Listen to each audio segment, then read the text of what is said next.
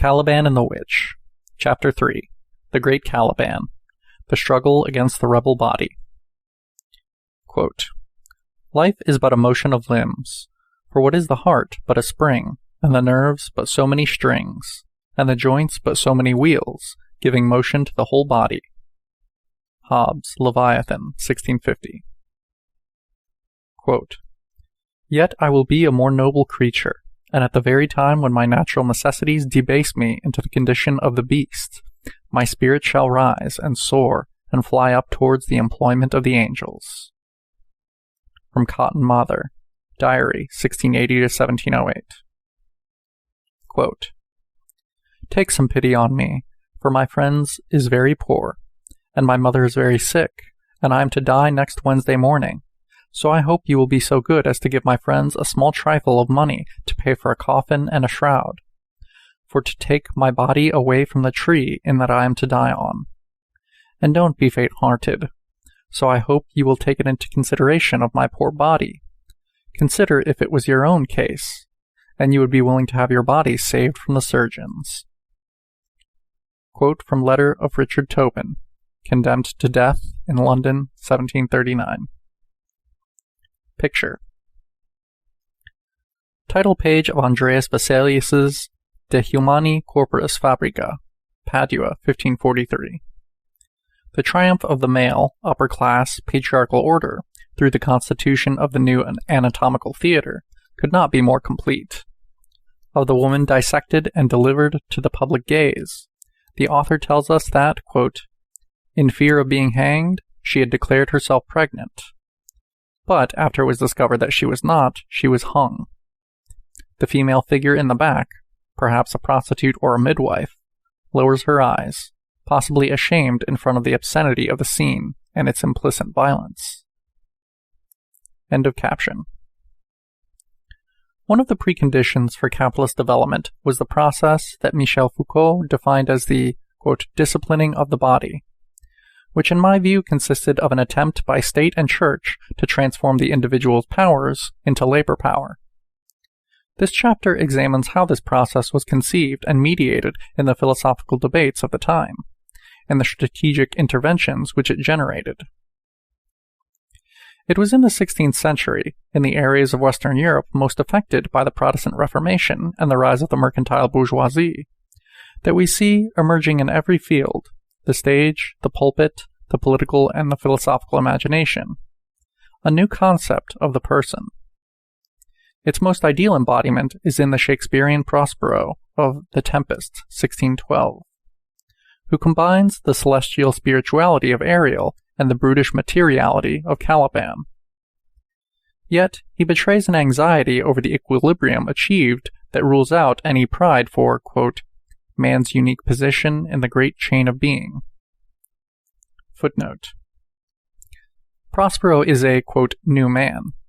Didactically, his misfortunes are attributed by Shakespeare to his excessive interest in magic books, which in the end he renounces for a more active life in his native kingdom, where he will draw his power not from magic, but from the government of his subjects. But already in the island of his exile, his activities prefigure a new world order, where power is not gained through a magic wand, but through the enslavement of many Calibans in far distant colonies. Prospero's exploitative management of Caliban prefigures the role of the future plantation master, who will spare no torture nor torment to force his subjects to work. End of footnote. In defeating Caliban, Prospero must admit that, quote, this thing of darkness is mine, thus reminding his audience that our human partaking of the angel and the beast is problematic indeed. Picture. 15th century woodcut.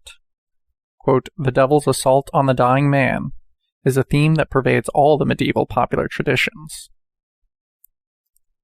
End of caption. In the 17th century, what in Prospero remains a subliminal foreboding is formalized as the conflict between reason and the passions of the body, which reconceptualizes classic Judeo-Christian themes to produce a new anthropological paradigm. The outcome is reminiscent of the medieval skirmishes between angels and devils for the possession of the departing soul. But the conflict is now staged within the person who is reconstructed as a battlefield, where opposite elements clash for domination. On the one side, there are the, quote, forces of reason, parsimony, prudence, sense of responsibility, self-control. On the other, the, quote, low instincts of the body, lewdness, idleness, systematic dissipation of one's vital energies. The battle is fought on many fronts because reason must be vigilant against the attacks on the carnal self and prevent, quote, the wisdom of the flesh, in Luther's words, from corrupting the powers of the mind. In the extreme case, the person becomes a terrain for a war of all against all. Quote, let me be nothing, if within the compass of myself I do not find the battle of Lepanto. Passions against reason, reason against faith, faith against the devil, and my conscience against all. End quote from Thomas Brown. In the course of this process, a change occurs in the metaphorical field, as the philosophical representation of individual psychology borrows images from the body politics of the state, disclosing a landscape inhabited by, quote, rulers and rebellious subjects, multitudes and seditions, chains and imperious commands, and, with Thomas Brown, even the executioner. Footnote. Beginning of quote. Every man is his own greatest enemy, and, as it were, his own executioner, Thomas Brown writes. Pascal, too, in the Pensée, declares that, quote, there is internal war in man between reason and the passions. If he had only reasons without passions, if he had only passions without reason. But having both, he cannot be without strife. Thus he is always divided against and opposed to himself. End quote. On the passions/reason conflict and the, quote, correspondences between the human, quote, microcosm and the, quote, body politic in Elizabethan literature, see Tilliard. End footnote. As we shall see, this conflict between reason and the body, described by the philosophers as a riotous confrontation between the, quote, better and the, quote, lower sorts, cannot be ascribed only to the Baroque taste for the figurative, later to be purged in favor of a, quote, more masculine language. Footnote. The reformation of language, a key theme in 16th and 17th century philosophy, from Bacon to Locke, was a major concern of Joseph Glanville, who, in his Vanity of Dogmatizing, 1665, after proclaiming his adherence to the Cartesian worldview, advocates a language fit to describe clear and distinct entities. As D. Metcalfe sums it up in his introduction to Glanville's work, a language fit to describe such a world will bear broad similarities to mathematics, will have words of great generality and clarity, will present a picture of the universe according to its logical structure, will distinguish sharply between mind and matter, and between subjective and objective, and, quote, will avoid metaphor as a way of knowing and describing, for metaphor depends on the assumption that the universe does not consist of wholly distinct entities, and cannot therefore be fully described in positive distinct terms. End of footnote. The battle which the 17th century discourse on the person imagines unfolding in the microcosm of the individual has arguably a foundation in the reality of the time. It is an aspect of that broader process of social reformation, whereby, in the, quote, Age of Reason, the rising bourgeoisie attempted to remold the subordinate classes in conformity with the needs of the developing capitalist economy. It was in the attempt to form a new type of individual that the bourgeoisie engaged in that battle against the body that has become its historic mark. According to Max Weber, the reform of the body is at the core of the bourgeois ethic, because capitalism makes acquisition, quote, the ultimate purpose of life, instead of treating it as a means for the satisfaction of our needs. Thus, it requires that we forfeit all spontaneous enjoyment of life. Capitalism also attempts to overcome our, quote, natural state, by breaking the barriers of nature, and by lengthening the working day beyond the limits set by the sun, the seasonal cycles, and the body itself, as constituted in pre-industrial society. Marx, too, sees the alienation from the body as a distinguishing trait of the capitalist work relation. By transforming labor into a commodity, capitalism causes workers to submit their activity to an external order over which they have no control and with which they cannot identify. Thus, the labor process becomes a ground of self-estrangement. The worker, quote, only feels himself outside his work, and in his work feels outside himself. He is at home when he is not working, and when he is working, he is not at home. End quote. Furthermore, with the development of a capitalist economy, the worker becomes, though only formally, the, quote, free owner of, quote, his labor power, which, unlike the slave, he can place at the disposal of the buyer for a limited period of time. This implies that, quote, he must constantly look upon his labor power, his energies, faculties, as his own property, his own commodity. End quote. Footnote. Marx does not distinguish between male and female workers in his discussion of the, quote, liberation of labor power. There is, however, a reason for maintaining the masculine in the description of this process. While, quote, freed from the commons, women were not channeled onto the path of the wage labor market. End footnote. This, too, leads to a sense of dissociation from the body, which becomes reified, reduced to an object, with which the person ceases to be immediately identified. The image of a worker freely alienating his labor, or confronting his body as capital to be delivered to the highest bidder, refers to a working class already molded by the capitalist work discipline. But only in the second half of the 19th century can we glimpse that type of worker, temperate, prudent, responsible, proud to possess a watch, and capable of looking upon the imposed conditions of the capitalist mode of production as, quote, self-evident laws of nature, that personifies the capitalist utopia and is the point of reference for Marx. The situation was radically different in the period of primitive accumulation, when the emerging bourgeoisie discovered that the, quote, liberation of labor power, that is, the expropriation of the peasantry from the common lands, was not sufficient to force the dispossessed proletarians to accept wage labor. Unlike Milton's Adam, who, upon being expelled from the Garden of Eden, set forth cheerfully for a life dedicated to work, the expropriated peasants and artisans did not peacefully agree to work for a wage.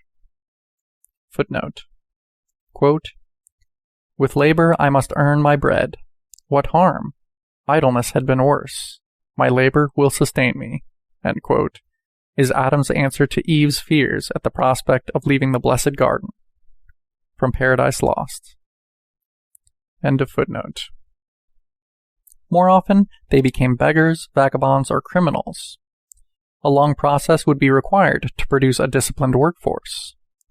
In the 16th and 17th centuries, the hatred for wage labor was so intense that many proletarians preferred to risk the gallows rather than submit to the new conditions of work. Footnote. As Christopher Hill points out, until the 15th century, wage labor could have appeared as a conquered freedom, because people still had access to the commons and had land of their own. Thus, they were not solely dependent on a wage. But by the 16th century, those who worked for a wage had been expropriated. Moreover, the employers claimed that wages were only complementary and kept them at their lowest level.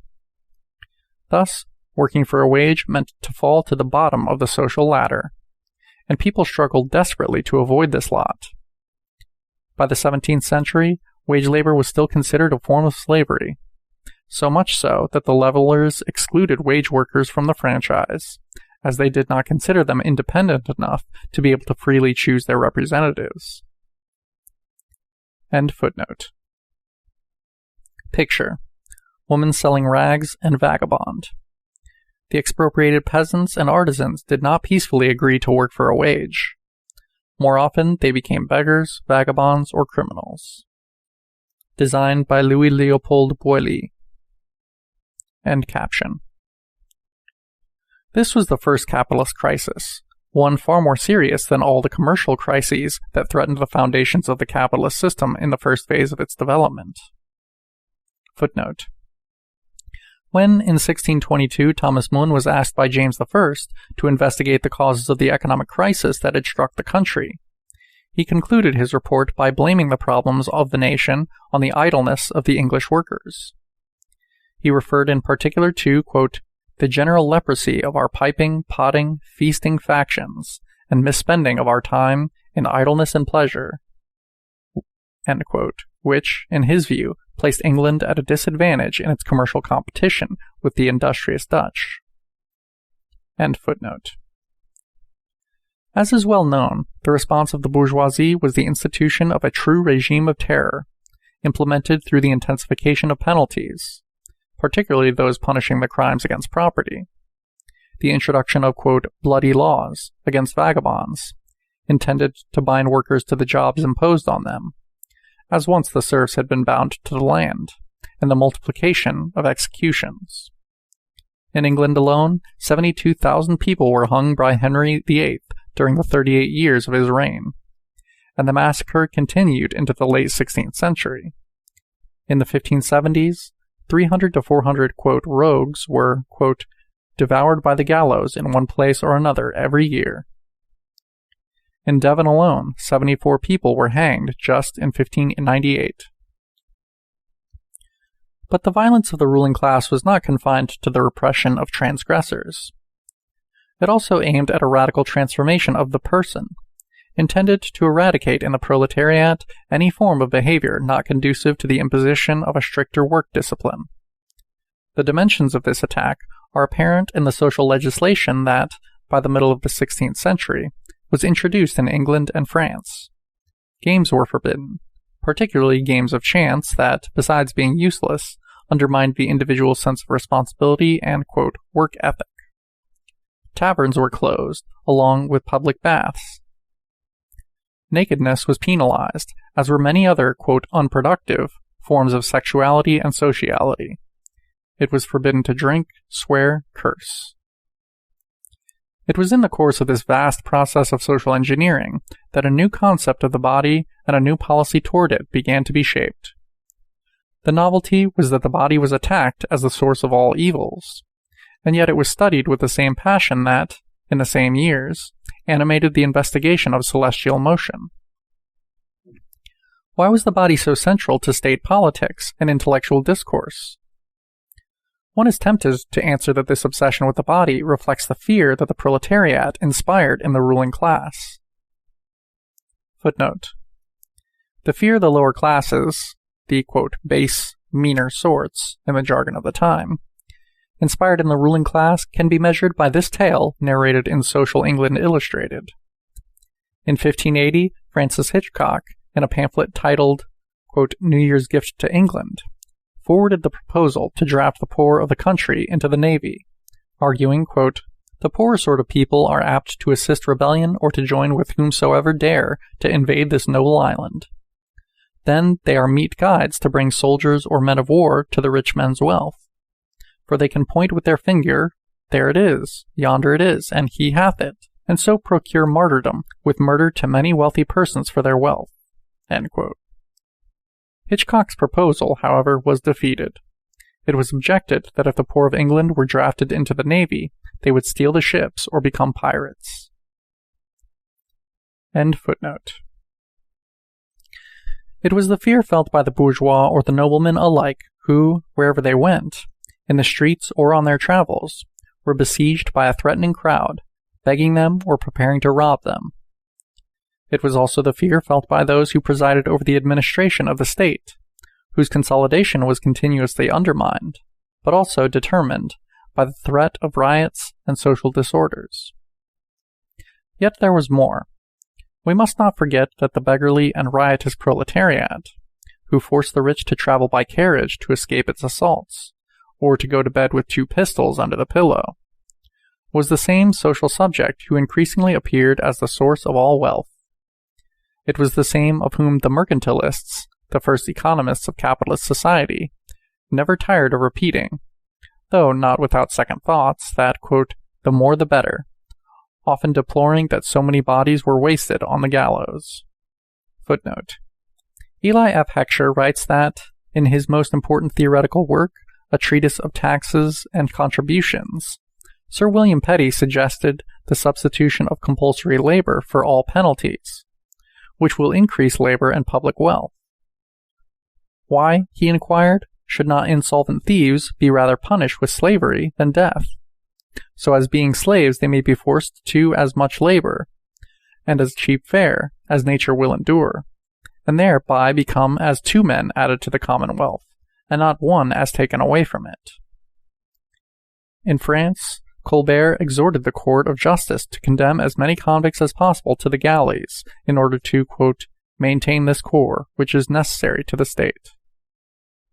End of footnote.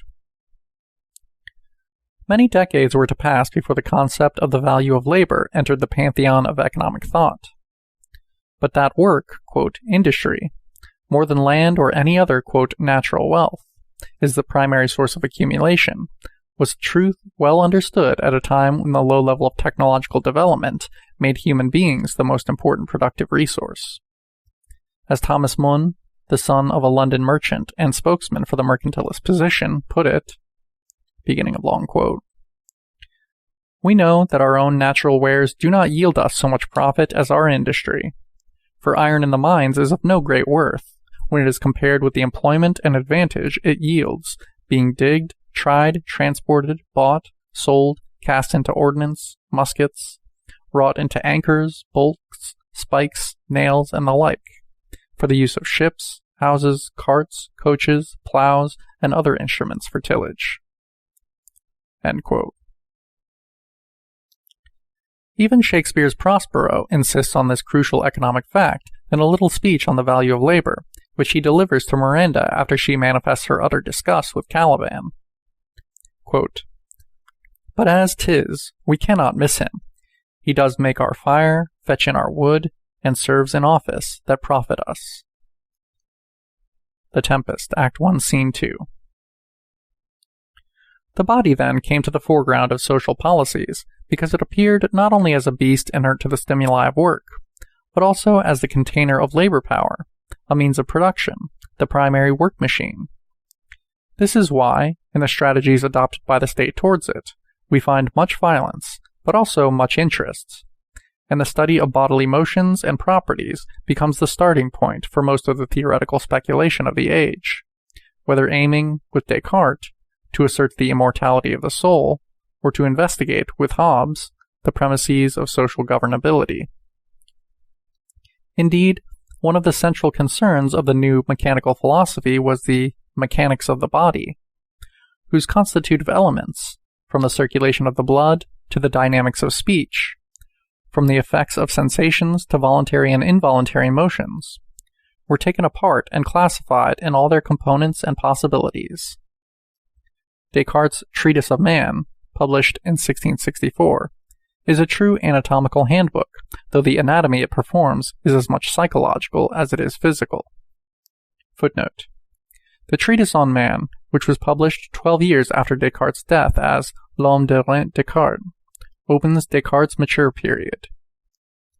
Here, applying Galileo's physics to an investigation of the attributes of the body, Descartes attempted to explain all physiological functions as matter in motion. I desire you to consider, Descartes wrote at the end of the treatise, that all the functions that I have attributed to this machine follows naturally from the disposition of the organs, no more, no less than do the movements of a clock or other automaton, from the arrangement of its counterweights and wheels. End of footnote. A basic task of Descartes' enterprise is to institute an ontological divide between a purely mental and a purely physical domain. Every manner, attitude, and sensation is thus defined. Their limits are marked, their possibilities weighed with such a thoroughness that one has the impression that the, quote, book of human nature has been opened for the first time, or, more likely, that a new land has been discovered and the conquistadors are setting out to chart its path, compile a list of its natural resources, assess its advantages and disadvantages. In this, Hobbes and Descartes were representatives of their time. The care they display in exploring the details of the corporeal and psychological reality reappears in the Puritan analysis of inclinations and individual talents, which was the beginning of a bourgeois psychology, explicitly studying, in this case, all human faculties from the viewpoint of their potential for work and a contribution to discipline. Footnote. It was a Puritan tenet that God has given man special gifts fitting him for a particular calling, hence the need for a meticulous self-examination to resolve the calling for which we have been designed. End footnote.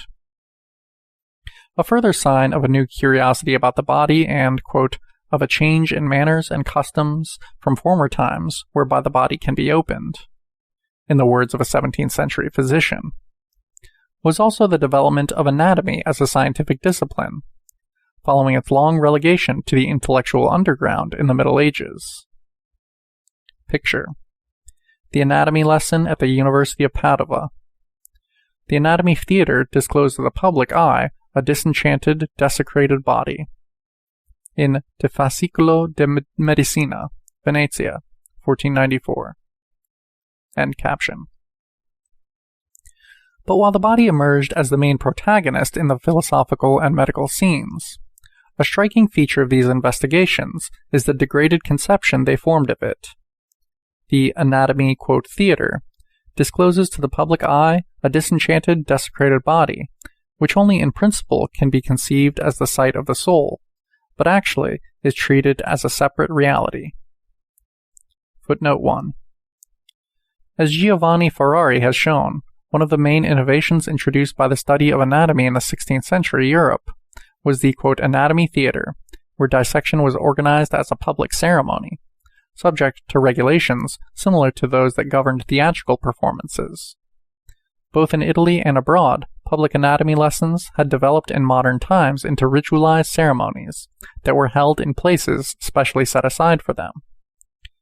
Their similarity to theatrical performances is immediately apparent if one bears in mind certain of their features: the divisions of the lessons into different phases, the institution of a paid entrance ticket, and the performance of music to entertain the audience, the rules introduced to regulate the behavior of those attending, and the care taken over the, quote, production. W.S. Heckscher even argues that many general theater techniques were originally designed with the performance of public anatomy lessons in mind. End of footnote 1. Footnote 2. According to Mario Galzigna, the epistemological revolution operated by anatomy in the 16th century is the birthplace of the mechanistic paradigm.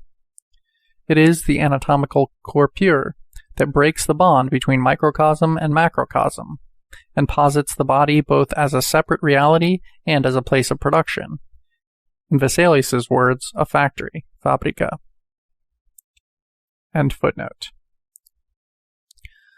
To the eye of the anatomist, the body is a factory, as shown by the title that Andreas Vesalius gave to his epical work on the quote, dissecting industry, De Humani Corporis Fabrica, 1543.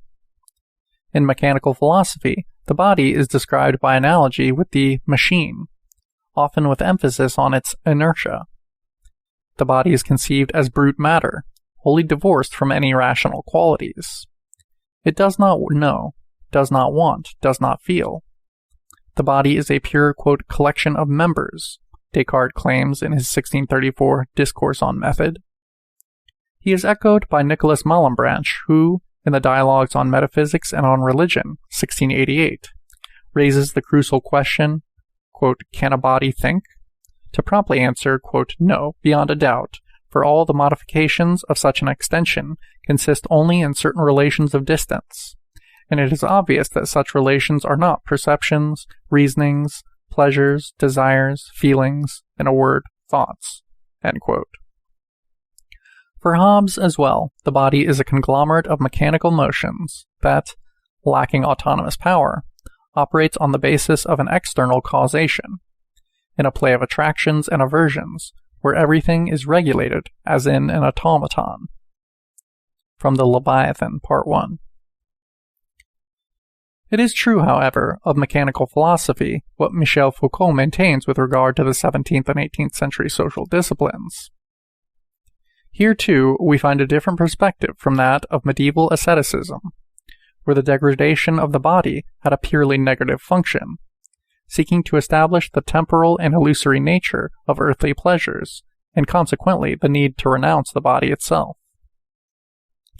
In mechanical philosophy, we perceive a new bourgeois spirit that calculates, classifies, makes distinctions, and degrades the body only in order to rationalize its faculties, aiming not just at intensifying its subjection, but at maximizing its social utility. Far from renouncing the body, mechanical theorists seek to conceptualize it in ways that make its operations intelligible and controllable. Thus, the sense of pride, rather than commiseration, with which Descartes insists that, quote, this machine, as he persistently calls the body in the Treatise of Man, is just an automaton, and its death is no more to be mourned than the breaking of a tool. Footnote. Also, in The Passions of the Soul, Descartes minimizes, quote, the difference that exists between a living body and a dead body. We may judge that the body of a living man differs from that of a dead man, just as a watch or other automaton, i.e. a machine that moves of itself, when it is wound up and contains in itself the corporeal principle of those movements, from the same watch or other machine when it is broken, and when the principle of its movement ceases to act. End of footnote. Certainly, neither Hobbes nor Descartes spent many words on economic matters, and it would be absurd to read into their philosophies the everyday concerns of the English or Dutch merchants. Yet, we cannot fail to see the important contribution which their speculations on human nature gave to the emerging capitalist science of work. To pose the body as mechanical matter, void of any intrinsic teleology, the, quote, occult virtues, attributed to it by both natural magic and the popular superstitions of the time, was to make intelligible the possibility of subordinating it to a work process that increasingly relied on uniform and predictable forms of behavior. Once its devices were deconstructed and it was itself reduced to a tool, the body could be opened to an infinite manipulation of its powers and possibilities. One could investigate the vices and limits of imagination, the virtues of habit, the uses of fear, how certain passions can be avoided or neutralized, and how they can be more rationally utilized. In this sense, mechanical philosophy contributed to increasing the ruling class control over the natural world, control over human nature being the first, most indispensable step. Just as nature, reduced to a, quote, great machine, could be conquered and, in Bacon's words, quote, penetrated in all her secrets. Likewise, the body, emptied of its occult forces, could be, quote, caught in a system of subjection, whereby its behavior could be calculated, organized, technically thought, and invested of power relations. End quote, from Foucault. In Descartes, body and nature are identified, for both are made of the same particles and act in obedience to uniform physical laws set in motion by God's will. Thus, not only is the Cartesian body pauperized and expropriated from any magical virtue, in the great ontological divide which Descartes institutes between the essence of humanity and its accidental conditions, the body is divorced from the person. It is literally dehumanized. Quote, I am not this body, Descartes insists throughout his meditations. And indeed, in his philosophy, the body joins a continuum of clock-like matter that the unfettered will can now contemplate as the object of its domination. As we will see, Descartes and Hobbes express two different projects with respect to corporeal reality. In Descartes, the reduction of the body to mechanical matter allows for the development of mechanisms of self-management that make the body the subject of the will. In Hobbes, by contrast, the mechanization of the body justifies the total submission of the individual to the power of the state.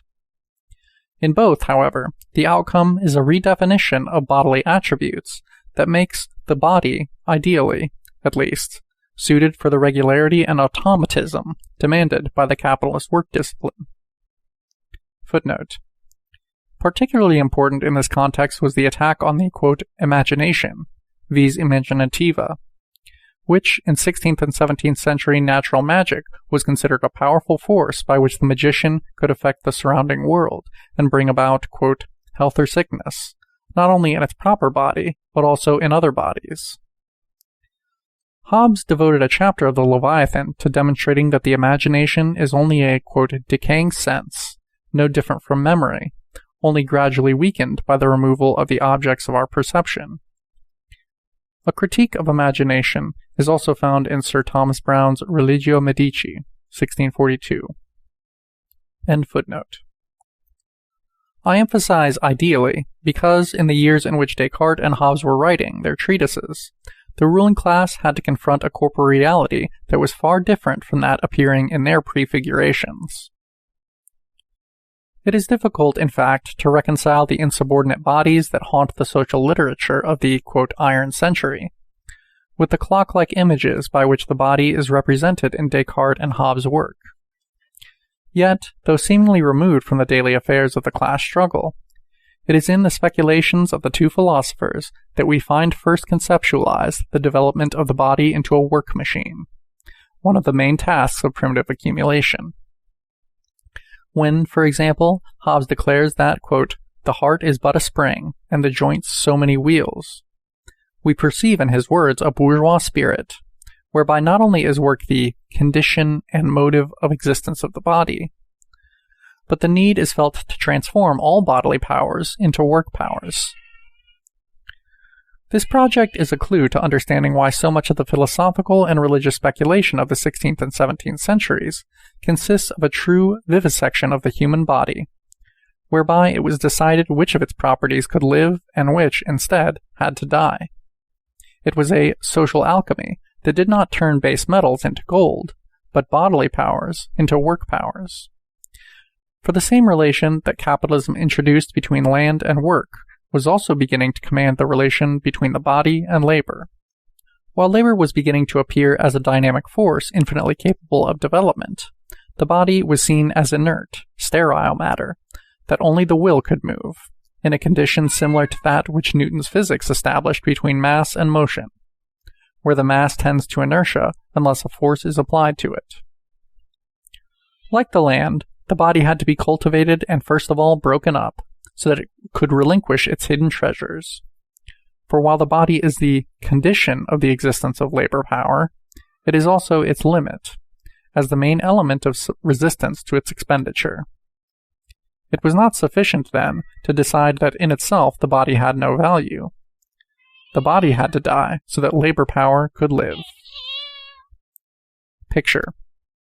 The conception of the body as a receptacle of magic powers, largely derived from the belief in a correspondence between the microcosm of the individual and the macrocosm of the celestial works, as illustrated in this 16th century image of the, quote, zodiacal man. End of caption. What died was the concept of the body as a receptacle of magical powers that had prevailed in the medieval world. In reality, it was destroyed. For in the background of the new philosophy, we find a vast initiative by the state, whereby what the philosophers classified as irrational was branded as crime. This state intervention was the necessary, quote, subtext of mechanical philosophy. Quote, knowledge can only become power if it can enforce its prescriptions. This means that the mechanical body, the body machine, could not have become a model of social behavior without the destruction by the state of a vast range of pre-capitalist beliefs, practices, and social subjects, whose existence contradicted the regularization of corporeal behavior promised by the mechanical philosophy. That is why, at the peak of the, quote, age of reason, the age of skepticism and methodical doubt, we have a ferocious attack on the body, well supported by many who subscribed to the new doctrine. This is how we must read the attack against witchcraft and against that magical view of the world, which, despite the efforts of the Church, had continued to prevail on a popular level through the Middle Ages. At the basis of magic was an animistic conception of nature that did not admit to any separation between matter and spirit, and thus imagined the cosmos as a living organism, populated by occult forces, where every element was in, quote, sympathetic relation with the rest. In this perspective, where nature was viewed as a universe of signs and signatures, marking invisible affinities that had to be deciphered, every element, herbs, plants, metals, and most of all the human body, hid virtues and powers peculiar to it. Thus, a variety of practices were designed to appropriate the secrets of nature and bend its powers to the human will. From palmistry to divination, from the use of charms to sympathetic healing, magic opened up a vast number of possibilities. There was magic designed to win card games, to play unknown instruments, to become invisible, to win somebody's love, to gain immunity in war, to make children sleep. Picture: frontispiece to the first edition of Christopher Marlowe's Dr. Faustus, 1604, picturing the magician conjuring the devil from the protected space of his magical circle. End caption.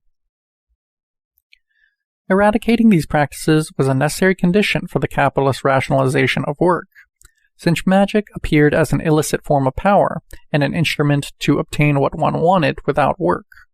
That is, a refusal of work in action. Quote, "Magic kills industry," lamented Francis Bacon, admitting that nothing repelled him so much as the assumption that one could obtain results with a few idle expedients, rather than with the sweat of one's brow. Magic, moreover, rested upon a qualitative conception of space and time that precluded a regularization of the labor process. How could the new entrepreneurs impose regular work patterns on a proletariat anchored in the belief that there are lucky and unlucky days? That is, days on which one can travel, and others on which one should not move from home. Days on which to marry, and others on which every enterprise should be cautiously avoided. Equally incompatible with the capitalist work discipline was a conception of the cosmos that attributed special powers to the individual. The magnetic look, the power to make oneself invisible, to leave one's body, to chain the will of others by magical incantations. It would not be fruitful to investigate whether these powers were real or imaginary. It can be said that all pre-capitalist societies have believed in them, and, in recent times, we have witnessed a revaluation of practices that, at the time we refer to, would have been condemned as witchcraft. Let us mention the growing interest in parapsychology and biofeedback practices that are increasingly applied even by mainstream medicine.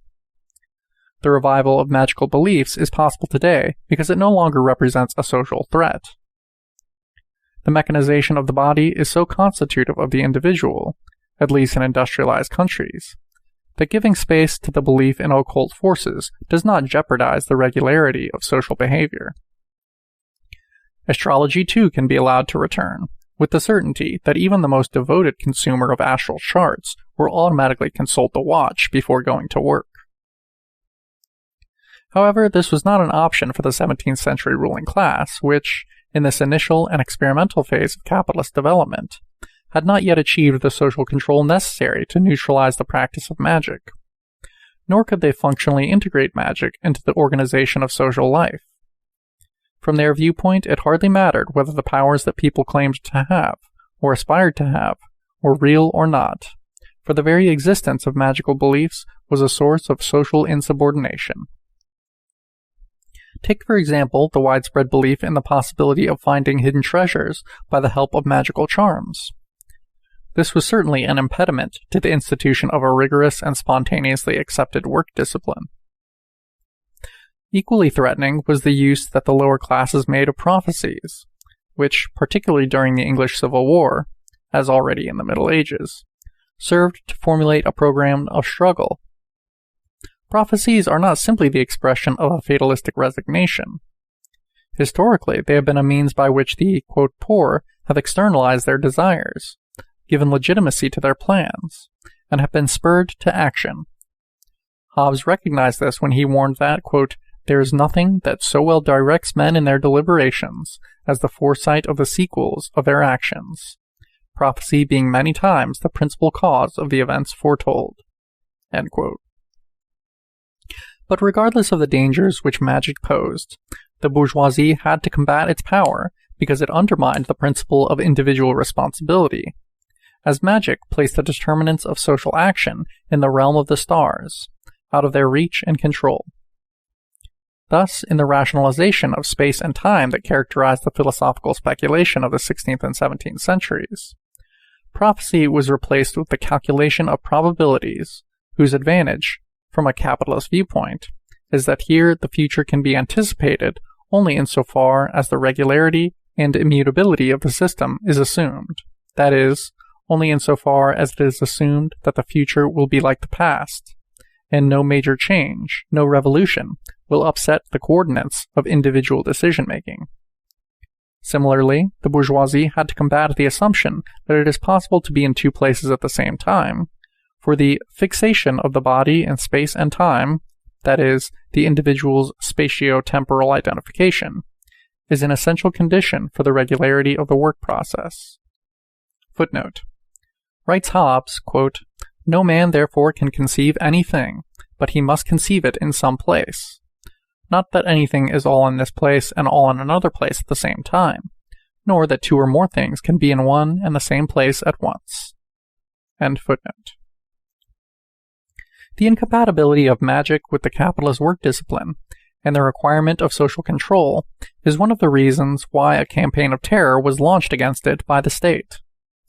A terror applauded without reservations by many who are presently considered among the founders of scientific rationalism: Jean Bodin, Mersenne, the mechanical philosopher and member of the Royal Society Richard Boyle, and Newton's teacher Isaac Barrow. Footnote. Among the supporters of the witch hunt was Sir Thomas Browne, a doctor and reputedly an early defender of, quote, scientific freedom, whose work, in the eyes of his contemporaries, quote, possessed a dangerous savor of skepticism. Thomas Browne contributed personally to the death of two women accused of being witches, who, but for his intervention, would have been saved from the gallows, so absurd were the charges against them. For a detailed analysis of this trial, see Gilbert Guise and Ivan Bunn. End of footnote. Even the materialist Hobbes, while keeping his distance, gave his approval. Quote, "As for witches," he wrote, "I think not that their witchcraft is any real power, but yet that they are justly punished, for the false belief they have that they can do such mischief, joined with their purpose to do it if they can." End quote. He added that if these superstitions were eliminated, quote, "men would be much more fitted than they are for civil obedience." End quote. Hobbes was well advised. The stakes on which witches and other practitioners of magic died, and the chambers in which their tortures were executed, were a laboratory in which much social discipline was sedimented, and much knowledge about the body was gained. Here those irrationalities were eliminated that stood in the way of the transformation of the individual and social body into a set of predictable and controllable mechanisms. And it was here again that the scientific use of torture was born, for blood and torture were necessary to, quote, breed an animal, capable of regular, homogeneous, and uniform behavior, indelibly marked with the memory of the new rules. Picture: the torture chamber. 1809 engraving by Manet and Joseph Lavalley. Histoire de Inquisition religieuse d'Italie, de Espagne et de Portugal. End caption. A significant element in this context was the condemnation as maleficium of abortion and contraception, which consigned the female body, the uterus reduced to a machine for the reproduction of labor, into the hands of the state and the medical profession. I will later return to this point, in the chapter on the witch hunt, where I argue that the persecution of the witches was the climax of the state intervention against the proletarian body in the modern era. Here let us stress that despite the violence deployed by the state, the disciplining of the proletariat proceeded slowly throughout the 17th and 18th century in the face of a strong resistance that not even the fear of execution could overcome. An emblematic example of this resistance is analyzed by Peter Linebaugh in, quote, The Tyburn Riots Against the Surgeons. Linebaugh reports that in early 18th century London, at the time of an execution, a battle was fought by the friends and relatives of the condemned to prevent the assistants of the surgeons from seizing the corpse for use in anatomical studies. This battle was fierce because the fear of being dissected was no less than the fear of death. Dissection eliminated the possibility that the condemned might revive after a poorly executed hanging, as often occurred in 18th century England. A magical conception of the body was spread among the people according to which the body continued to live after death, and by death was enriched with new powers. It was believed that the dead possessed the power to, quote, come back again, and exact their last revenge upon the living. It was also believed that a corpse had healing virtues, so that crowds of sick people gathered around the gallows, expecting from the limbs of the dead effects as miraculous as those attributed to the touch of the king. Dissection thus appeared as a further infamy, a second and greater death, and the condemned spent their last days making sure that their body should not be abandoned into the hands of the surgeons. This battle, significantly occurring at the foot of the gallows, demonstrates both the violence that presided over the scientific rationalization of the world, and the clash of two opposite concepts of the body, two opposite investments in it. On one side, we have a concept of the body that sees it endowed with powers even after death. The corpse does not inspire repulsion, and is not treated as something rotten or irreducibly alien. On the other, the body is seen as dead even while still alive, insofar as it is conceived as a mechanical device, to be taken apart just like any machine. Quote, at the gallows, standing at the conjunction of the Tyburn and Edgware roads, Peter Linebaugh writes, we find that the history of the London poor and the history of English science intersect. This was not a coincidence, nor was it a coincidence that the progress of anatomy depended on the ability of the surgeons to snatch the bodies of the hanged at Tyburn. Footnote. In every country where anatomy flourished, in 16th century Europe, statutes were passed by the authorities allowing the bodies of those executed to be used for anatomical studies. In England, quote, the College of Physicians entered the anatomical field in 1565, when Elizabeth I granted them the right of claiming the bodies of dissected felons. End quote. On the collaboration between the authorities and anatomists in 16th and 17th century Bologna, see Giovanna Ferrari, who points out that not only those executed, but also the, quote, meanest of those who died at the hospital were set aside for the anatomists. In one case, a sentence to life was commuted into a death sentence to satisfy the demand of the scholars. End footnote. The course of scientific rationalization was intimately connected to the attempt by the state to impose its control over an unwilling workforce. This attempt was even more important, as a determinant of new attitudes towards the body, than the development of technology.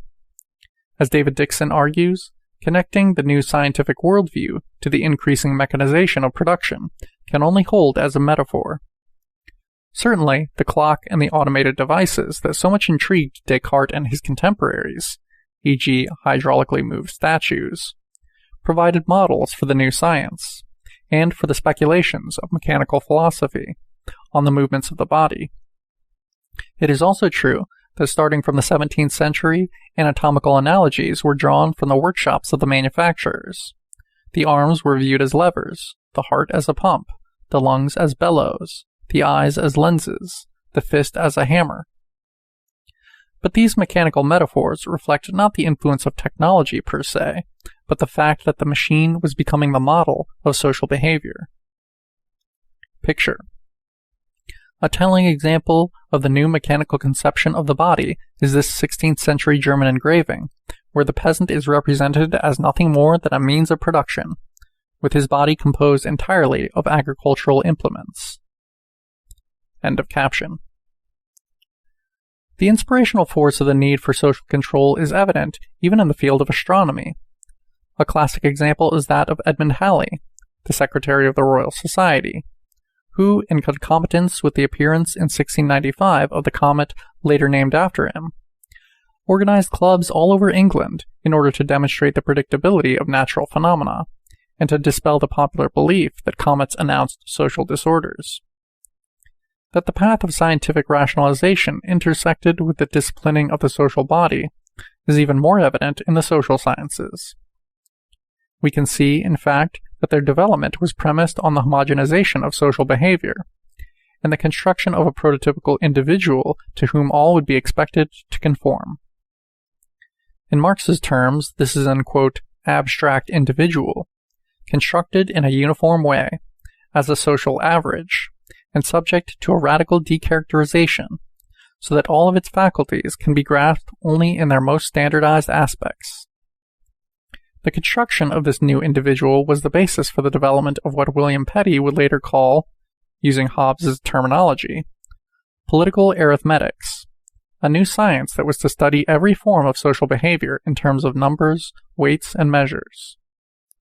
Petty's project was realized with the development of statistics and demography, which perform on the social body the same operations that anatomy performs on the individual body, as they dissect the population and study its movements, from natality to mortality rates, from generational to occupational structures, in their most massified and regular aspects. Also from the point of view of the abstraction process that the individual underwent in the transition to capitalism, we can see that the development of the, quote, human machine was the main technological leap, the main step in the development of the productive forces that took place in the period of primitive accumulation. We can see, in other words, that the human body and not the steam engine, and not even the clock, was the first machine developed by capitalism. Picture: J. Case, Compendium Anatomicum, 1696. In contrast to the, quote, mechanical man, is this image of the, quote, vegetable man, in which the blood vessels are seen as twigs growing out of the human body. End of caption. But if the body is a machine, one problem immediately emerges: how to make it work. Two different models of body government derive from the theories of mechanical philosophy. On one side, we have the Cartesian model that, starting from the assumption of a purely mechanical body, postulates the possibility of developing in the individual mechanisms of self-discipline, self-management, and self-regulation, allowing for voluntary work relations and government based on consent. On the other side, there's the Hobbesian model that, denying the possibility of a body-free reason, externalizes the functions of command, consigning them to the absolute authority of the state. The development of a self-management theory, starting from the mechanization of the body, is the focus of the philosophy of Descartes, who, let us remember it, completed his intellectual formation not in the France of monarchical absolutism, but in the bourgeois Holland, so congenial to his spirit that he elected it as his abode. Descartes' doctrines have a double aim: to deny that human behavior can be influenced by external factors, such as the stars or celestial intelligences, and to free the soul from any bodily conditioning, thus making it capable of exercising an unlimited sovereignty over the body. Descartes believed that he could accomplish both tasks by demonstrating the mechanical nature of animal behavior. Nothing, he claimed in his Le Monde, causes so many errors as the belief that animals have a soul like ours. Thus, in preparation for his, quote, Treatise of Man, he devoted many months to studying the anatomy of animal organs. Every morning he went to the butcher to observe the quartering of beasts. Footnote. According to Descartes' first biographer, Monsieur Adrien Ballet, in preparation for his Treatise of Man in 1629, Descartes, while in Amsterdam, daily visited the slaughterhouses of the town and performed dissections on various parts of animals. He set about the execution of his design by studying anatomy, to which he devoted the whole of the winter that he spent in Amsterdam. To Father Mersenne he testified that his eagerness for knowledge of this subject had made him visit, almost daily, a butcher's, to witness the slaughter, and that he had caused to be brought thence to his dwelling whichever of the animal's organs he desired to dissect at greater leisure. He often did the same thing in other places where he stayed after that, finding nothing personally shameful or unworthy his position, in a practice that was innocent in itself and that could produce quite useful results. Thus he made fun of certain maleficent and envious person who had tried to make him out a criminal and had accused him of, quote, going through the villages to see the pigs killed. He did not neglect to look at what Vesalius and the most experienced of other authors had written about anatomy, but he taught himself in a much surer way by personally dissecting animals of different species. In a letter to Mersenne of 1633, he writes, J'anatomise maintenant la tête de divers animaux pour expliquer en quoi consistent l'imagination de la mémoire. Also, in a letter of January the 20th, he refers in detail to experiments of vivisection. Après avoir envoûté la poitrine d'un lapin vivant, en sorte que la tronc et la croix de leur s'éloignement. Continued. Finally, in June 1640, in response to Mersenne, who had asked him why animals feel pain if they have no soul, Descartes reassured him that they do not, for pain exists only with understanding, which is absent in brutes. This argument effectively desensitized many of Descartes' scientifically minded contemporaries to the pain inflicted on animals by vivisection. This is how Nicolas Fontaine described the atmosphere created at Port Royal by the belief in animal automatism. Quote, "There was hardly a solitaire who didn't talk of automata. They administered beatings to dogs with perfect indifference, and made fun of those who pitied the creatures as if they had felt pain.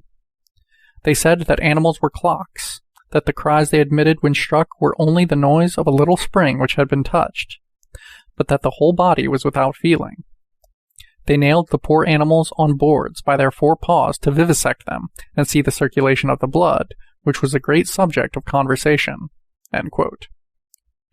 Descartes' doctrine concerning the mechanical nature of animals represented a total inversion with respect to the conception of animals that had prevailed in the Middle Ages and until the 16th century, which viewed them as intelligent, responsible beings, with a particularly developed imagination, and even with the ability to speak. As Edward Westermarck, and more recently Esther Cohen, have shown, in several countries of Europe, animals were tried and at times publicly executed for crimes they had committed. They were assigned a lawyer, and the entire procedure, trial, sentence, execution, was conducted with all formal legalities. In 1565, the citizens of Arles, for example, asked for the expulsion of the grasshoppers from their town, and in a different case, the worms that infested the parish were excommunicated. The last trial of an animal was held in France in 1845. Animals were also accepted in court as witnesses for the compurgatio. A man who had been condemned for murder appeared in court with his cat and his cock, and in their presence swore that he was innocent, and was released. End of footnote. He even performed many vivisections, likely comforted by his belief that, quote, "being mere brutes, destitute of reason." To be able to demonstrate the brutality of animals was essential for Descartes, because he was convinced that here he could find the answer to his questions concerning the location, nature, and extent of the power controlling human conduct. He believed that in the dissected animal he would find proof that the body is only capable of mechanical and involuntary actions, that, consequently, it is not constitutive of the person, and that the human essence, therefore, resides in purely immaterial faculties. The body, too, is an automaton for Descartes. But what differentiates, quote, man from the beast and confers upon, quote, him mastery over the surrounding world is the presence of thought. Thus, the soul, which Descartes displaces from the cosmos and the sphere of corporeality, returns at the center of his philosophy, endowed with infinite power under the guise of individual reason and will. Placed in a soulless world and in a body machine, the Cartesian man, like Prospero, could then break his magic wand, becoming not only responsible for his own actions, but seemingly the center of all powers. In being divorced from its body, the rational self certainly lost its solidarity with its corporeal reality and with nature. Its solitude, however, was to be that of a king. In the Cartesian model of the person, there is no egalitarian dualism between the thinking head and the body machine, only a master-slave relation, since the primary task of the will is to dominate the body and the natural world. In the Cartesian model of the person, then, we see the same centralization of the functions of command that in the same period was occurring at the level of the state. As the task of the state was to govern the social body, so the mind became sovereign in the new personality. Descartes concedes that the supremacy of the mind over the body is not easily achieved, as reason must confront its inner contradictions. Thus, in The Passions of the Soul, 1650, he introduces us to the prospect of a constant battle between the lower and higher faculties of the soul, which he describes in almost military terms, appealing to our need to be brave and to gain the proper arms to resist the attacks of our passions. We must be prepared to suffer temporary defeats, for our will might not always be capable of changing or arresting its passions. It can, however, neutralize them by diverting its attention to some other thing, or it can restrain the movements to which they dispose the body. It can, in other words, prevent the passions from becoming actions. With the institution of a hierarchical relation between the mind and body, Descartes developed the theoretical premises for the work discipline required by the developing capitalist economy. For the mind's supremacy over the body implies that the will can, in principle, control the needs, reactions, reflexes of the body. It can impose a regular order on its vital functions, and force the body to work according to its external specifications, independently of its desires. Most importantly, the supremacy of the will allows for the interiorization of the mechanisms of power. Thus, the counterpart of the mechanization of the body is the development of reason in its role as judge, inquisitor, manager, administrator. We find here the origins of bourgeois subjectivity as self-management, self-ownership, law, responsibility, with its corollaries of memory and identity. Here we also find the origin of that proliferation of, quote, micropowers that Michel Foucault has described in his critique of the juridico-discursive model of power. The Cartesian model shows, however, that power can be decentered and diffused through the social body only to the extent that it is recentered in the person, which is thus reconstituted as a microstate. In other words, in being diffused, power does not lose its vectors, that is, its content and aims, but simply acquires the collaboration of the self in their promotion. Consider in this context the thesis proposed by Brian Eastlia, according to which the main benefit that Cartesian dualism offered to the capitalist class was the Christian defense of the immortality of the soul, and the possibility of defeating the atheism implicit in natural magic, which was loaded with subversive implications. Eastlia argues, in support of this view, that the defense of religion was a central theme in Cartesianism, which, particularly in its English version, never forgot that, quote, no spirit, no God, no bishop, no king. Eastlia's argument is attractive, yet its insistence on the, quote, reactionary elements in Descartes' thought makes it impossible for Eastlia to answer a question that he himself raises. Why was the hold of Cartesianism in Europe so strong that, even after Newtonian physics had dispelled the belief in a natural world void of occult powers, and even after the advent of religious tolerance, Cartesianism continued to shape the dominant worldview? I suggest that the popularity of Cartesianism among the middle and upper class was directly related to the program of self-mastery that Descartes' philosophy promoted. In its social implications, this program was as important to Descartes' elite contemporaries as the hegemonic relation between humans and nature that is legitimized by Cartesian dualism. The development of self-management, i.e., self-government, self-development, becomes an essential requirement in a capitalist socio-economic system in which self-ownership is assumed to be the fundamental social relation, and discipline no longer relies purely on external coercion. The social significance of Cartesian philosophy lies in part in the fact that it provides an intellectual justification for it.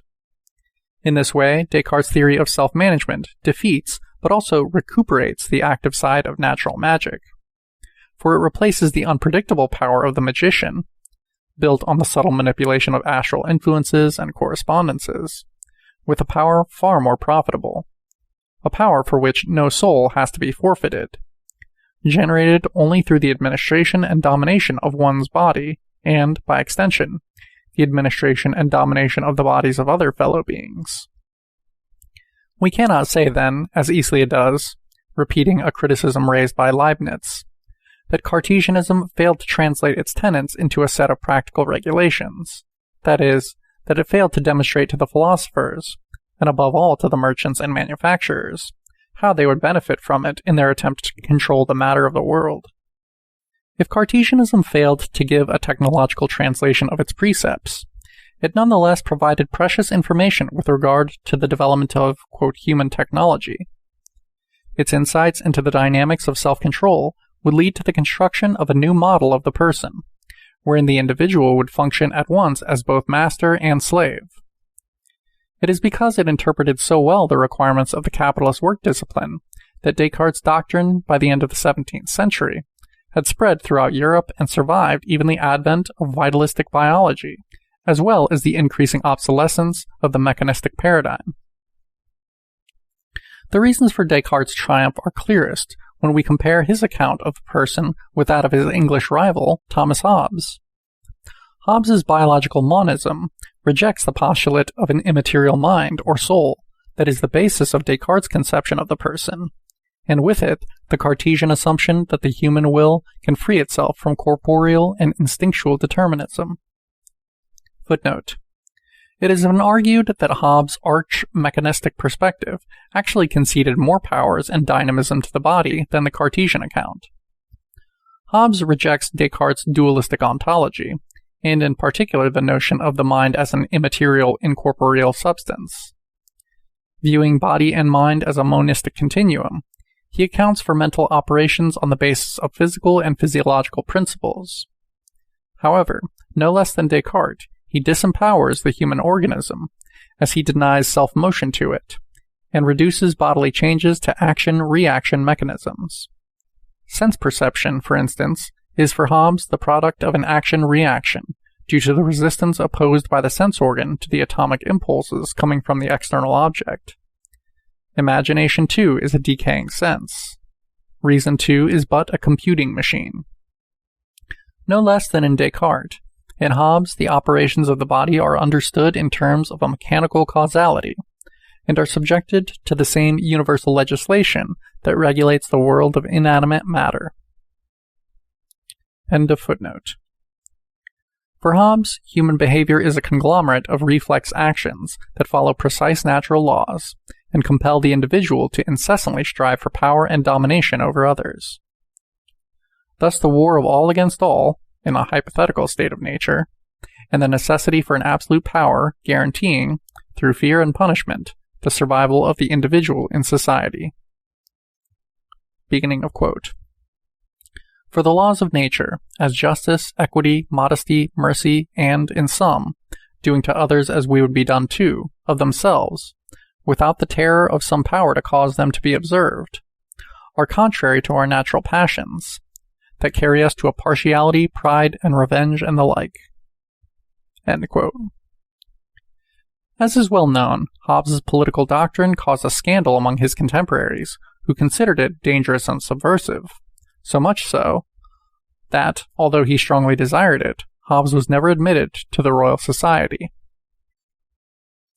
Against Hobbes, it was the Cartesian model that prevailed, for it expressed the already active tendency to democratize the mechanisms of social discipline by attributing to the individual will that function of command, which, in the Hobbesian model, is left solely in the hands of the state. As many critics of Hobbes maintained, the foundations of public discipline must be rooted in the hearts of men, for in the absence of an interior legislation, men are inevitably led to revolution. In Hobbes, complained Henry More, quote, there is no freedom of will, and consequently no remorse of conscience or reason, but only what pleases the one with the longest sword. End quote. More explicit was Alexander Ross, who observed that, quote, it is the curb of conscience that restrains men from rebellion. There is no outward law or force more powerful. There is no judge so severe, no torture so cruel as an accusing conscience. End quote. The contemporaneous critique of Hobbes' atheism and materialism was clearly not motivated purely by religious concerns. His view of the individual as a machine, moved only by its appetites and aversions, was rejected not because it eliminated the concept of the human creature made in the image of God, but because it eliminated the possibility of a form of social control not depending wholly on the iron rule of the state. Here, I argue, is the main difference between Hobbes' philosophy and Cartesianism. This, however, cannot be seen if we insist on stressing the feudal elements in Descartes' philosophy, and in particular its defense of the existence of God, with all that this entailed, as a defense of the power of the state.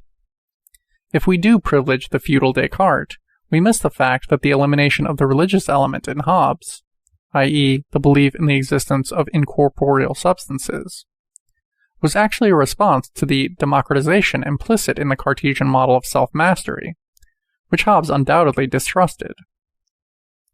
As the activism of the Puritan sects during the English Civil War had demonstrated, self-mastery could easily turn into a subversive proposition. For the Puritans appealed to return to the management of one's behavior to the individual conscience, and to make of one's conscience the ultimate judge of truth, had become radicalized in the hands of the sectaries into an anarchic refusal of the established authority. Footnote. As Hobbes lamented in Behemoth, after the Bible was translated into English, every man, nay, every boy and wench that could read English thought they spoke with God Almighty and understood what he had said when by a certain number of chapters a day they had read the Scriptures once or twice. The reverence and obedience due to the Reformed Church here, and to the bishops and pastors therein, was cast off, and every man became a judge of religion and an interpreter of the Scriptures to himself. End quote. He added that, quote, numbers of men used to go forth of their own parishes and towns on working days, leaving their calling, in order to hear mechanical preachers. End of footnote. The example of the diggers and ranters, and of the scores of mechanic preachers who, in the name of the, quote, light of conscience, had opposed state legislation as well as private property, must have convinced Hobbes that the appeal to, quote, reason was a dangerously double-edged weapon. Footnote. Exemplary is Gerard Winstanley's New Law of Righteousness, 1649, in which the most notorious digger asks, did the light of reason make the earth for some men to engross up into bags and barns, that others might be oppressed with poverty?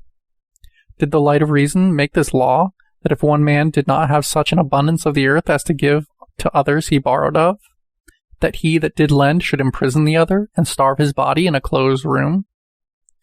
Did the light of reason make this law, that some part of mankind should kill and hang another part of mankind that would not walk in their steps? End of quote and end of footnote. The conflict between Cartesian, quote, theism and Hobbesian, quote, materialism was to be resolved in time in their reciprocal assimilation, in the sense that, as always in the history of capitalism, the decentralization of the mechanisms of command, through their location in the individual, was finally obtained only to the extent that a centralization occurred in the power of the state. To put this resolution in terms in which the debate was posed in the course of the English Civil War, quote, neither the diggers nor absolutism, but a well-calculated mixture of both, whereby the democratization of command would rest on the shoulders of a state always ready, like the Newtonian God, to reimpose order on the souls who proceeded too far in the ways of self-determination. The crux of the matter was loosely expressed by Joseph Glanville, a Cartesian member of the Royal Society who, in a polemic against Hobbes, argued that the crucial issue was the control of the mind over the body.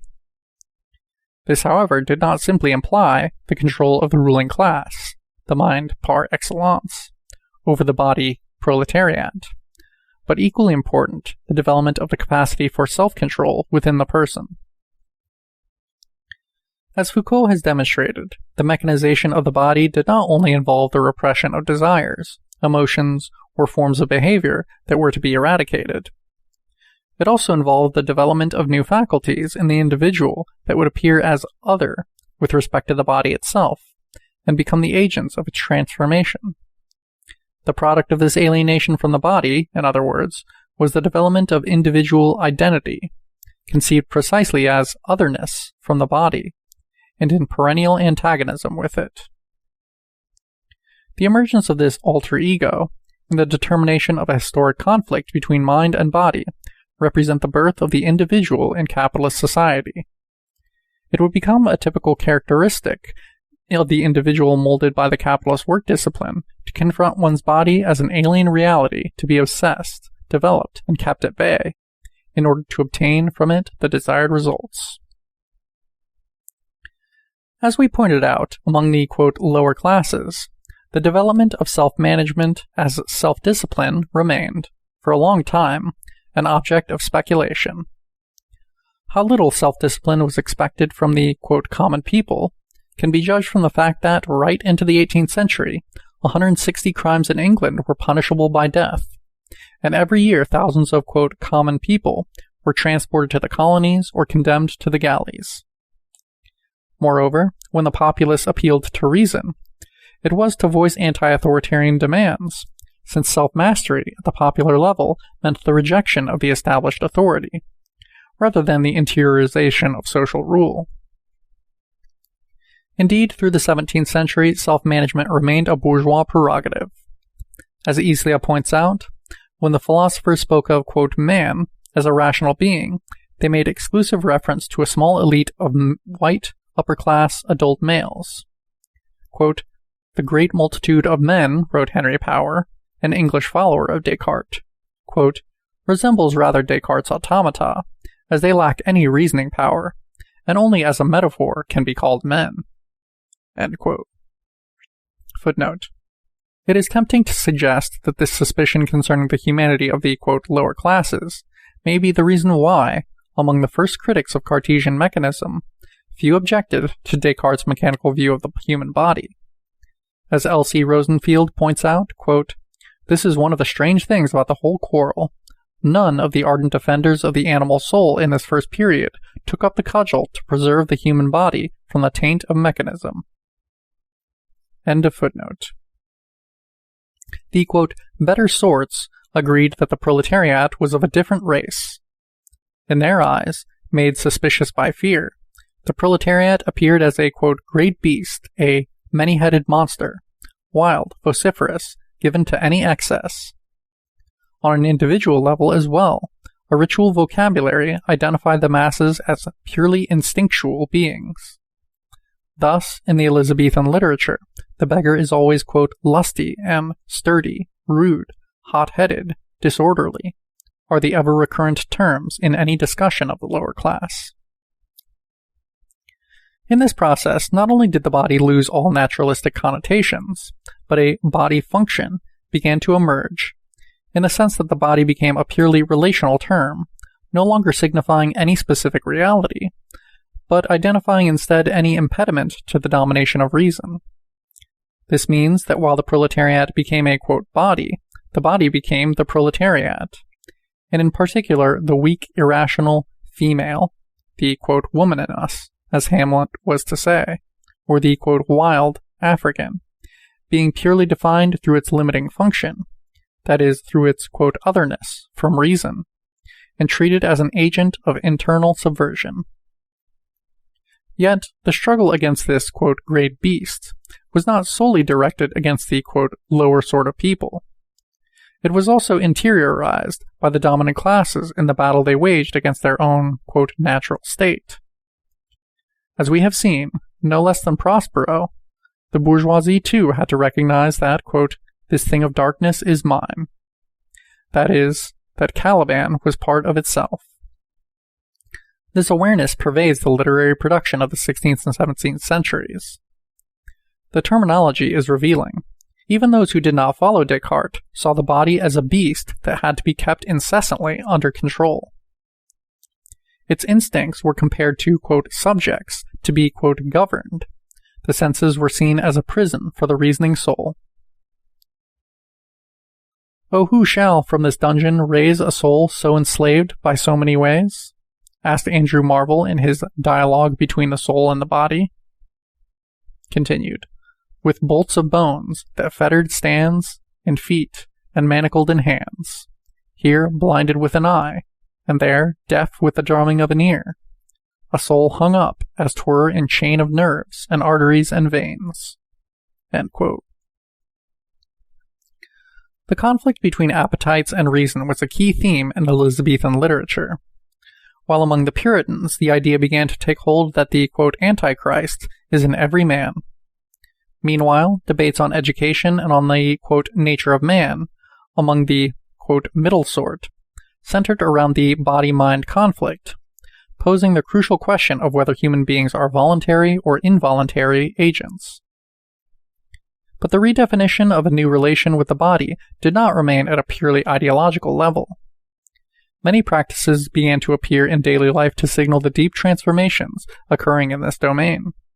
The use of cutlery, the development of shame with respect to nakedness, the advent of, quote, manners that attempted to regulate how one laughed, walked, sneezed, how one should behave at the table, and to what extent one could sing, joke, play. While the individual was increasingly dissociated from the body, the latter became an object of constant observation, as if it were an enemy. The body began to inspire fear and repugnance. Quote, "The body of man is full of filth," declared Jonathan Edwards, whose attitude is typical of the Puritan experience, where subjugation of the body was a daily practice. Particularly repugnant were those bodily functions that directly confronted, quote, men with their, quote, animality. Witness the case of Cotton Mather, who, in his diary, confessed how humiliated he felt one day when, urinating against a wall, he saw a dog doing the same. Beginning of long quote.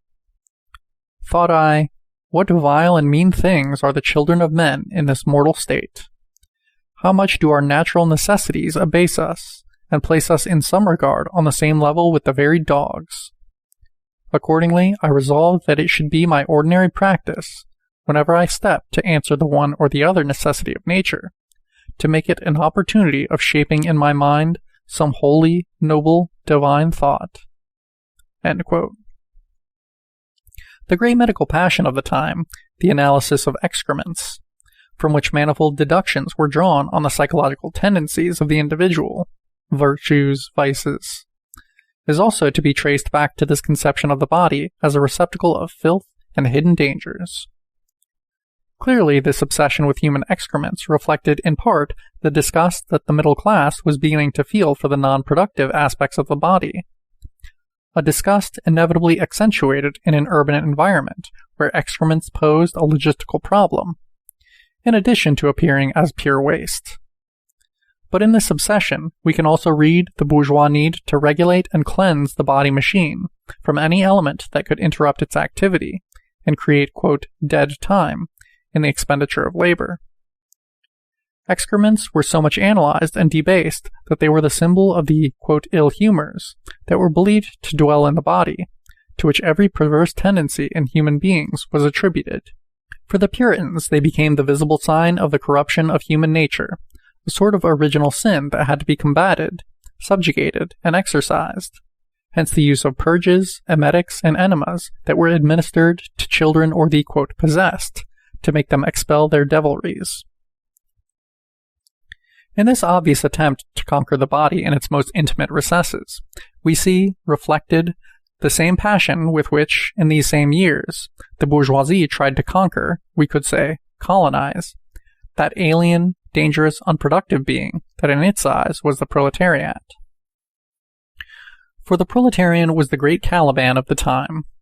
The proletarian was that, quote, material being by itself raw and undigested, end quote, that Petty recommended to be consigned to the hands of the state, which, in its prudence, must better it, manage it, and shape to its advantage. Like Caliban, the proletariat personified the, quote, ill humors that hid in the social body, beginning with the disgusting monsters of idleness and drunkenness.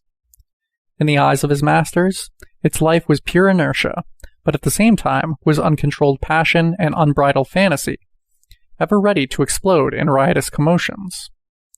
Above all, it was indiscipline, lack of productivity, incontinence, lust for immediate physical satisfaction, its utopia being not a life of labor, but the land of the cocaine, where houses were made of sugar, rivers of milk, and where not only one could obtain what one wished without effort, but one was paid to eat and drink. Quote, to sleep 1 hour of deep sleep without waking, one earns 6 francs, and to drink well one earns a pistol. This country is jolly. One earns 10 francs a day to make love. End quote. Footnote. F. Grouse states that, quote, the name cocaine first occurred in the 13th century. Cucaniensis comes presumably from cuckin, and seems to have been used in parody, end quote, since the first context in which it is found is a satire of an English monastery in the time of Edward II. Grouse discusses the difference between the medieval concept of, quote, wonderland and the modern concept of, quote, utopia, arguing that, in modern times, the basic idea of the constructibility of the ideal world means that utopia must be populated with ideal beings who have rid themselves of their faults. The inhabitants of utopia are marked by their justice and intelligence. The utopian visions of the Middle Ages, on the other hand, start from man as he is, and seek to fulfill his present desires. In Cockaigne, Schlaraffenland, for instance, there is food and drink in abundance. There is no desire to, quote, nourish oneself sensibly, but only to gluttonize, just as one had longed to do in everyday life. In this Cockaigne, there is also the fountain of youth, which men and women step into on one side to emerge at the other side as handsome youths and girls. Then the story proceeds with its, quote, wishing table attitude, which so well reflects the simple view of an ideal life. In other words, the ideal of Cockaigne does not embody any rational scheme or notion of, quote, progress, but is much more, quote, concrete, leaning heavily on the village setting, and depicts a state of perfection which in modern times knows no further advance. End of footnote. The idea of transforming this lazy being, who dreamt of life as a long carnival, into an indefatigable worker, must have seemed a desperate enterprise. It meant literally to, quote, turn the world upside down, but in a totally capitalist fashion, where inertia to command would be transformed into lack of desire and autonomous will, where vis erotica would become vis laboratica, and where need would be experienced only as lack, abstinence, and eternal indigence. Hence this battle against the body, which characterized the early phase of capitalist development, and which has continued, in different ways, to our day. Hence that mechanization of the body, which was the project of the new natural philosophy, and the focal point for the first experiments in the organization of the state. If we move from the witch hunt to the speculations of mechanical philosophy, and the Puritans' meticulous investigations of individual talents, we see that a single thread ties the seemingly divergent paths of social legislation, religious reform, and the scientific rationalism of the universe. This was the attempt to rationalize human nature, whose powers had to be rechanneled and subordinated to the development and formation of labor power. As we have seen, the body was increasingly politicized in this process. It was denaturalized and redefined as the, quote, other, the outer limit of social discipline. Thus, the birth of the body in the 17th century also marked its end, as the concept of the body would cease to define a specific organic reality, and become instead a political signifier of class relations, and of the shifting, continuously redrawn boundaries which these relations produce in the map of human exploitation. End of section.